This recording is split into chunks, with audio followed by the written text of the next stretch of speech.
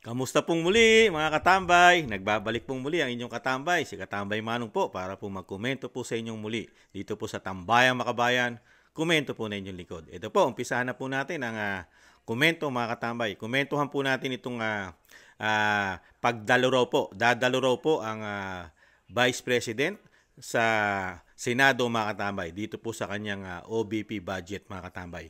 Pero hindi siya dadalo. Never na po siyang dumalo sa Kongreso mga katambay, sa Kamara. Dahil nahandun po ang sinasabing napakatinding demolition job na ginagawa po sa kanya. Kaya dadalo raw po siya. At ito po, pag-usapan din po natin, ito isang pahayag din po niya na pinagre-resign po siya ng isang congressman ng Ako Bicol Party List mga katambay. Pinagre-resign po siya, pero sa kabila nun, ito po si Raul mga katambay, si Raul Bungalon. Sinagot po ng ating Vice President na never niyang gagawin ito dahil siya ay sasagot lang at kung ang ating mga kababayan na mahigit 32 million ang magpaparesign sa kanya, ay gagawin niya po mga katambay. Pero kung isa lang pong Ako Bicol Party List at isama na natin na si Franz Castro, ang convicted po ng child abuse, at isama na rin po natin si Trillanes, ay never pong gawin ito ng isang Vice President. Gagawin niya lang ito doon po sa naglukluk sa kanya at nagtiwala ng mahigit 32 million po mga katambay. Ito po, painggan po natin ang mga balita at komentuhan po natin mga katambay. Ito po, umpisahan po natin dito sa pagdalo niya po sa Senado.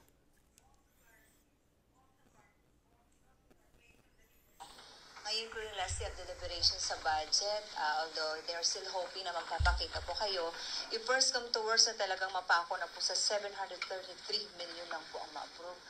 What can the OVP do with that budget, ma'am? We will see.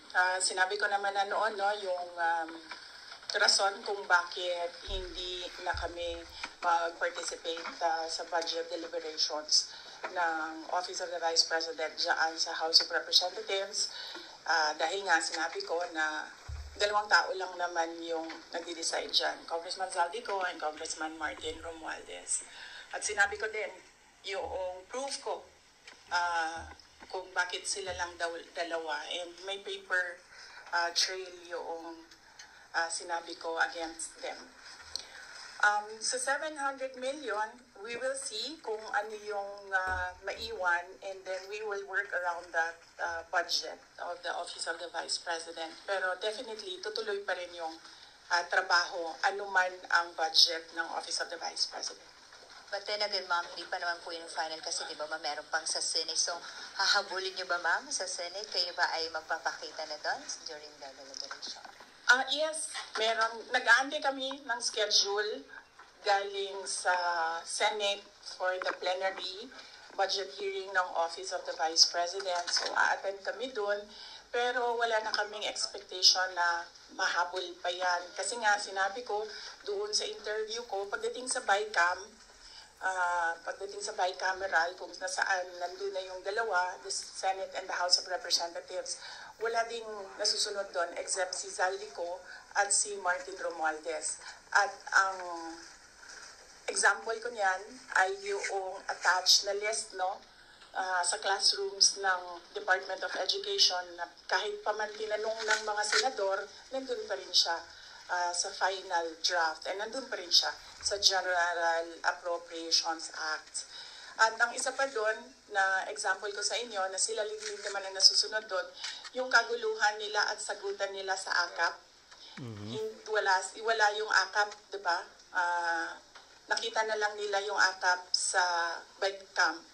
At sinasabi ni Zaldico, hindi, pumirma ang mga senador eh. So, yun yung example ko na, yun yung proof ko na dalawang tao lang nasusunod dyan. Si Zaldico at si Martin Romualdez. Yan po mga tambay, komentuhan muna po natin ito. Yung pahayag niya po tungkol po sa budget po na talagang hindi na po siya dadalo, lalo po dito sa Kamara. Dahil dalawang tao lang naman po talaga nasusunod according po dito sa ating Vice President. Talagang kahit ano po, wala rin po palang power ang Senado mga tambay. Ang Senado po, wala rin po palang power pagdating po sa budget.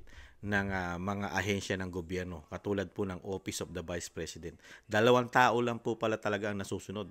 Mismong galing po sa bibig ng ating Vice President, si Speaker Romualdez at si Saldico.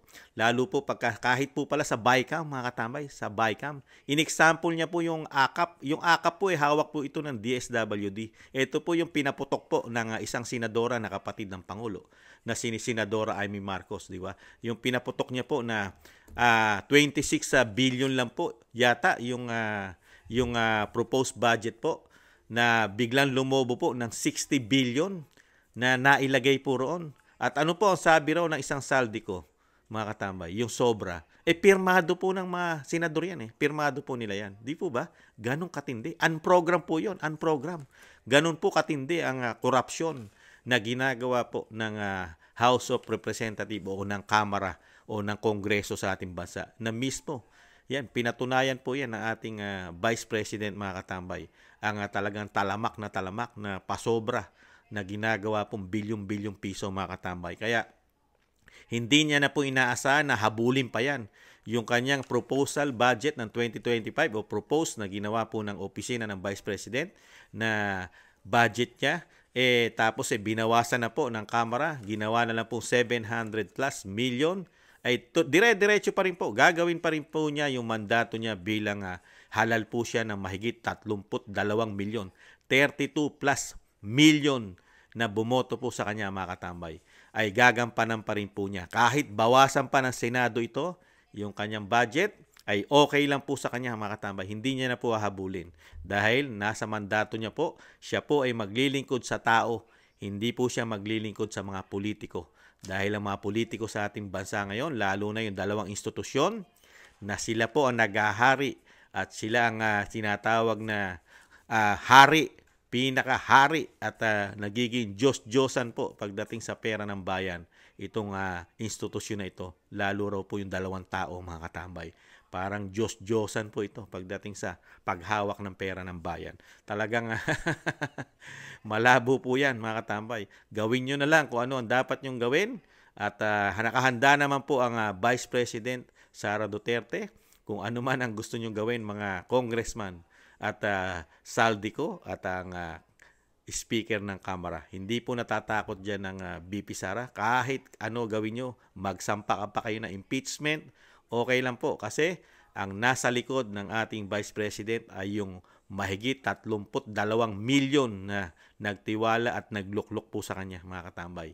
Hirap na hirap po kayo na pabagsakin ito dahil taong bayan ang mga kalaban nyo. Ito naman po, komentuhan naman po natin yung sinagot niya naman po dito sa isang sinasabi natin, isang representative ng Ako Bicol Party List na pinagre-resign po siya, mga katambay, ni Raul Bongalon, mga katambay, ng party list. Isa po itong representative. Ito po, pakinggan po natin ang ating Vice President sa kanyang pahayag dito po sa tanong ng media sa kanya. Ma'am, si Congressman Jill Bongalon of the Ako Bicol Party List said na kung hindi naman daw po kayo interested sa trabahong ito, mag-resign na lang daw po kayo. Sabi din po ni Kong David Suarez, Deputy Speaker David Suarez, na most of the congressmen felt na the Vice President, kayo daw po, with all due respect, ma'am, sabi po, mag-resign na lang daw po kayo kasi parang hindi kayo interested sa trabaho, ma'am. Ano pong inyong masasabi dito sa sinabi ng quote-unquote young guns of the Congress? Actually, kung mapapansin nyo, hindi ako nakikipag-usap sa kanila. Nakikipag-usap lang ako kay Saldico at kay Martin Romualdez. Pero pagbibigyan kita, Ren? Yes po. Yes, pagbibigyan kita. Gusto nila mag-impeachment, diba? So apparently, pakiramdam ko at sa tingin ko sa mga nangyayari, wala silang kaso for impeachment. Kaya sila nandyan. Kaya sila sige hanap ng kung anong gagamitin nila.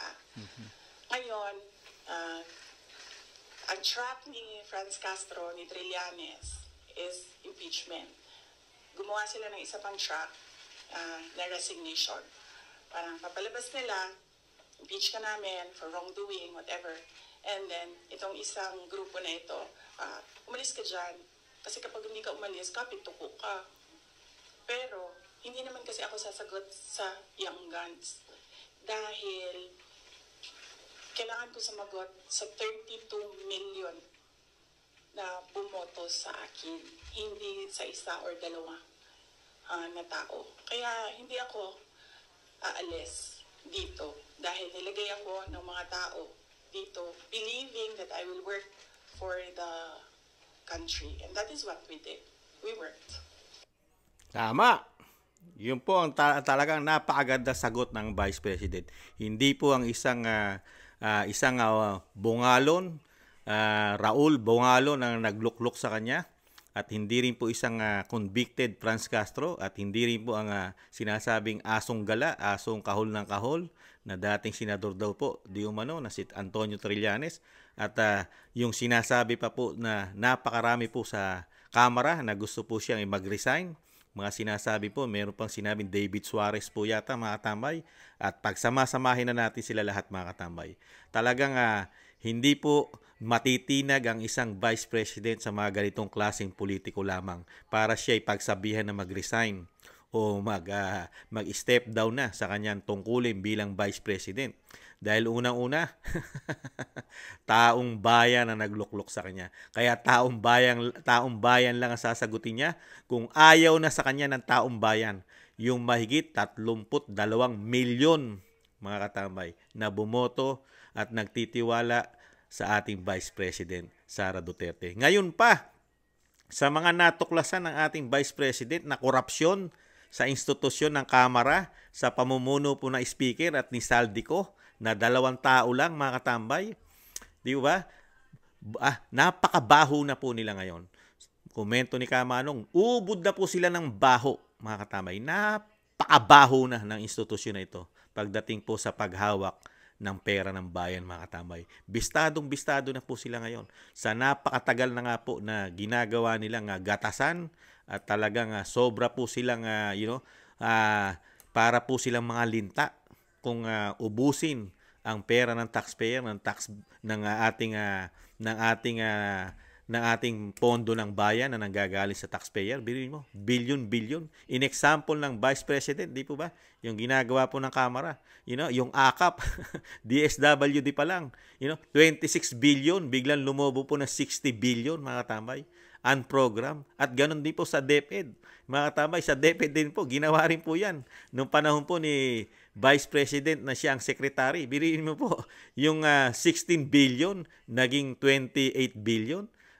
Tapos nung 2023 po yun. Tapos nung 2024, 16.5 billion yung proposed budget ng secretary po nung panahon ni Vice President Sara Duterte. Naging 28 billion din po yung 16.5 billion. At napakarami po nila ito. Marami pa rin po silang ginagawa rito na hindi pa pumuputok, mga katambay. Pero expected na po ng taong bayan yon, di umano, na talagang ginagawa po nila ito sa lahat ng ahensya ng gobyerno, mga katambay. Tapos kayo ang magpapaalis at isang representative lang po ng Ako Bicol Party List ang magpapaalis ng umalis ka na riyan, Vice President. Bakit?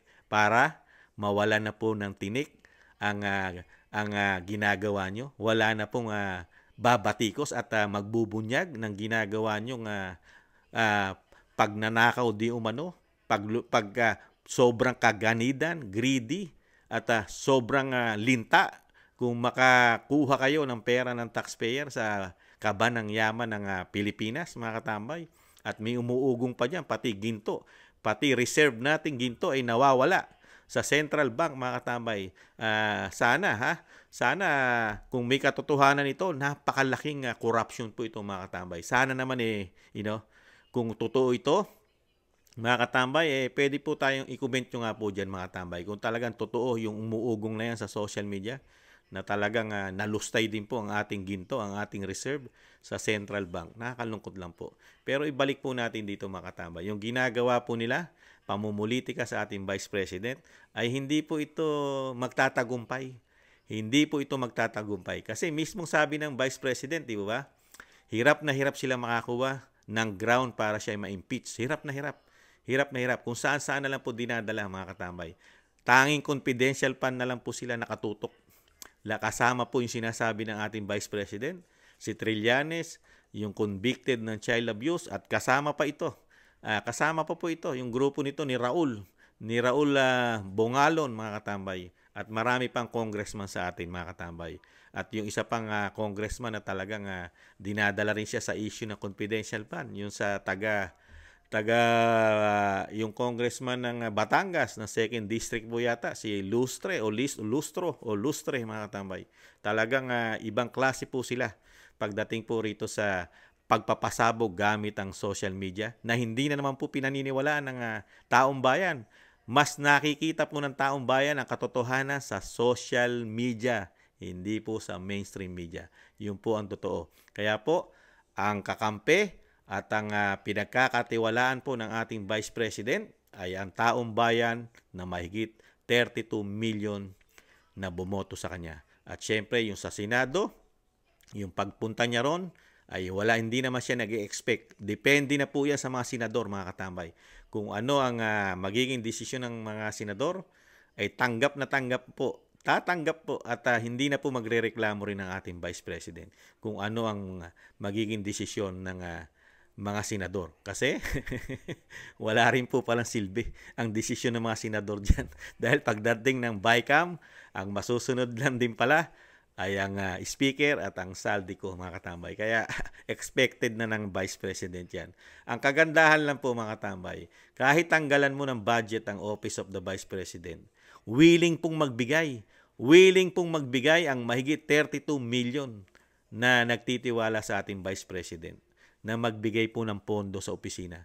Willing na willing din po si Kamanong, kahit si Kamanong magbibigay ng pondo, budget sa opisina ng Vice President kung ito ay kikitilin nila at isisiro nila, mga katambay. Dahil sa daming napakagandang programa ng Vice President na napapakinabangan ng taong bayan at kasama na ang taxpayer, napapakinabangan ng taxpayer na talagang long term, lalo yung kanyang libreng sakay. Taxpayer po ang nakikinabang dyan, yung mga nagtatrabaho. Yung nagtatrabaho po, nakakarampot po ang kita na hindi man lang tinututukan ng mga congressman, mga senador, na sana man lang ay pataasin ang sweldo nito dahil hindi na balance. Yung kakarampot na kita, hindi na balance sa napakataas na bilihin at sa napakataas ng cost of living sa ating bansa. Napakataas.